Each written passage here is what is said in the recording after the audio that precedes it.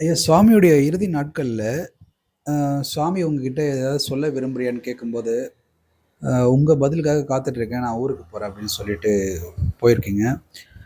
அப்போ அங்க இருந்து நீங்க போறதுக்கு என்ன காரணங்கய்யா? சுவாமி சொன்னது,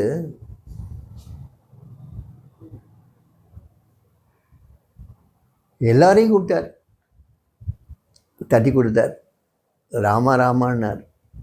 ஏன்னா காலையில் நடந்த செஷனில் வந்து சாமி ஒருத்தர் மூலமாக ஒரு பையன் மூலமாக அனௌன்ஸ் பண்ணார். இப்போ வந்தவங்களாம் சாயங்காலமும் வாங்க, சாமி ஏதோ உங்ககிட்ட சொல்ல விரும்புகிறாருன்னு அனௌன்ஸ் பண்ண சொன்னாங்க. அனௌன்ஸ் பண்ணாங்க. எல்லாருமே வந்திருந்தோம். ஒரு 200 பேர் இருந்திருப்போம். அந்த 200 பேர்ட்டையும் ஒவ்வொருத்தரையாக கேட்டு வந்தார். பக்கத்தில் வரவழைச்சி அவங்கள தட்டி கொடுத்து ராமா ராமாம்பார். சிலவங்களுக்கு வந்து மை ஃபாதர் பெஸ் சிம்பர், மை ஃபாதர்ஸ் கிரேஸும்பார். இப்படி ஏதோ சொல்லிகிட்டே வந்தார். நான் வந்து நிற்கும்போது மட்டும் do want to say anything அப்படின்னு கேட்டார். சுவாமியுடைய லாஸ்ட் ஆடியன்ஸ் அது. டி வாண்ட் டு சே எனி திங்னு கேட்குறார். நான் அப்போ சொல்கிறேன், நான் சாமி நீங்கள் இருக்க சொன்னீங்க, இங்கே நான் இருந்துகிட்ருக்கேன், இப்போ உங்களோட பதிலுக்காக காத்துட்ருக்கேன் அப்படின்னு ஒன்று. சாமிக்கு ரொம்ப கோவம் வந்துடும். நவ் யூ கேன் கோ அப்படின்னு கத்துவார். எனக்கு ஒன்றுமே புரியல, அவன் என்ன சொல்லிட்டானு இவ்வளோ கோவப்படுறாருன்னு. உடனே மறுபடியும் போயிடுவேன் நான். அதுக்கப்புறம் அங்கே போயிருக்கப்போ தான் யோசித்து பார்த்தா, அதுக்கப்புறம் சாமி தரிசனமே கொடுக்கலன்னு கேள்விப்பட்டேன்னா. ஸோ கடைசியில் டி வாண்ட் டு சே எனி திங்னு கேட்கும்போது, சாமி எனக்கு நீங்கள் வேணும்னு கேட்கலே இல்லை, நீங்கள் வேணும்னு கேட்கலே இல்லை. நான் இது மட்டும் மனசில் பட்டுச்சு. சரி, நமக்கு அவ்வளோதான் புத்தி, வேறு என்ன செய்ய முடியும் அப்படின்னு நினச்சிக்கிட்டு இருந்தேன். இந்த எண்ணம் எனக்கு எப்படி வந்துச்சுன்னா, கீதாஞ்சலியில் ஒரு கதை வரும். அந்த கீதாஞ்சலியில் வந்த கதை தான் என்னுடைய பாதிப்புக்கு ஏற்பட்ட காரணம். அது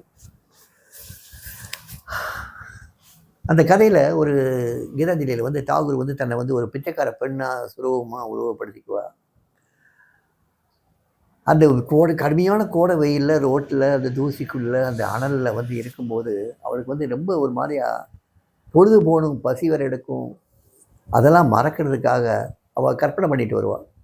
சின்ன பொண்ணு அது, ஒரு 16 வயசு 17 வயசு பொண்ணாக இருக்கும். ஒரு ராஜகுமாரன் தங்க தேரில் வருவான், வந்து என்னை கைப்பிடித்து கூட்டு போய் இங்கே நேரம் பண்ணிக்குவான், அரண்மனையில் வாழ வைப்பான் அப்படின்னு நினச்சி கற்பனையில் வாழ்ந்துட்டு இருப்பாவா. அது அவளுக்கு ஒரு விதமான சந்தோஷத்தை கொடுக்கும். ஒரு நாள் அந்த மாதிரி நினச்சிட்டே இருக்கும்போது திடீர்னு தூரத்தில் வந்து புழுதி மயமாக தெரியும். ஆகா, ஏதோ ரதம் வர மாதிரி தெரியுதுன்னு நினைப்பா. இன்னும் கொஞ்சம் பக்கத்தில் வந்தோன்னா, ஆமாம் அது ரதம் தான். இன்னும் கொஞ்சம் பக்கத்தில் வந்து பார்த்தா சூரிய வெளிச்சத்தில் அது பொன் ரதம், அது நல்லா தெரியுது, தங்க ரதம் அது. இன்னும் கொஞ்சம் பக்கத்தில் வந்தவொன்னே பார்த்தா அதில் உண்மையிலே ஒரு ராஜகுமாரன் தான் வர்றான். இன்னும் கொஞ்சம் பக்கத்தில் வந்தால் அந்த ரதம் அங்கே நின்றுது, அங்கே நின்னே போயிடுது.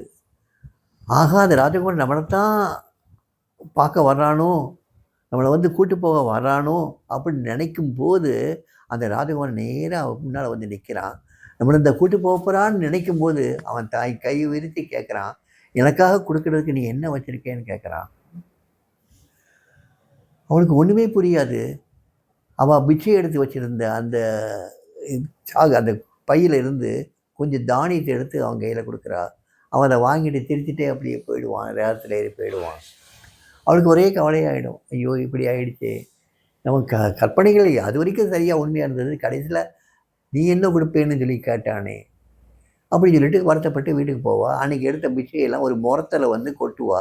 கொட்டா அவள் எவ்வளோ தானியத்தை கொடுத்தாலோ அவ்வளோ தங்கம் இருந்தது. அந்த அளவுக்கு தங்க கட்டி ஒன்று இருந்தது. அப்போ தான் அவள் அழுவா.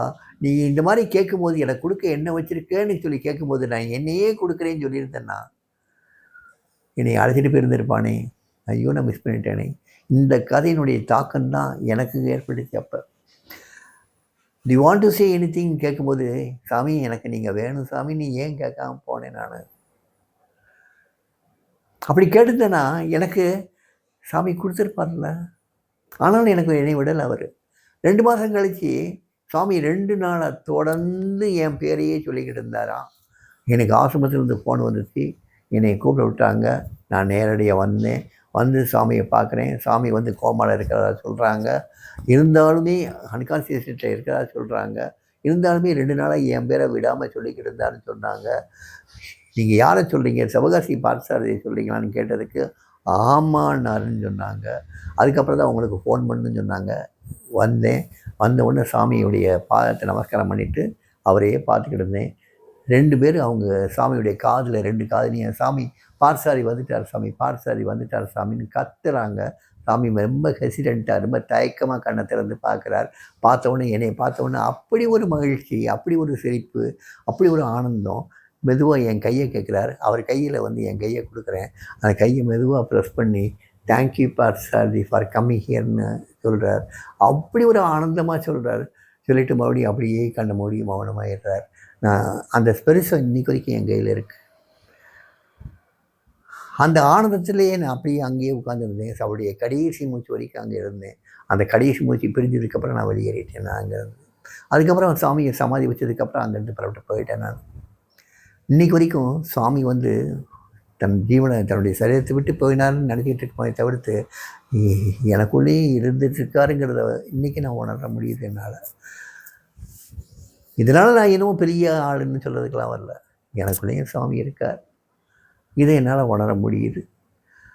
அந்த கோபத்தில் சொன்னதனுடைய அர்த்தங்கள் இன்றைக்கும் நான் எங்கேயும் உன்னை விட்டு போயிட மாட்டேன், நீ சொல்லாட்டாலும் பரவாயில்ல, அவன் கூட வந்து இருப்பேன்னு சொல்கிற மாதிரி தான் ஆயிடுச்சு.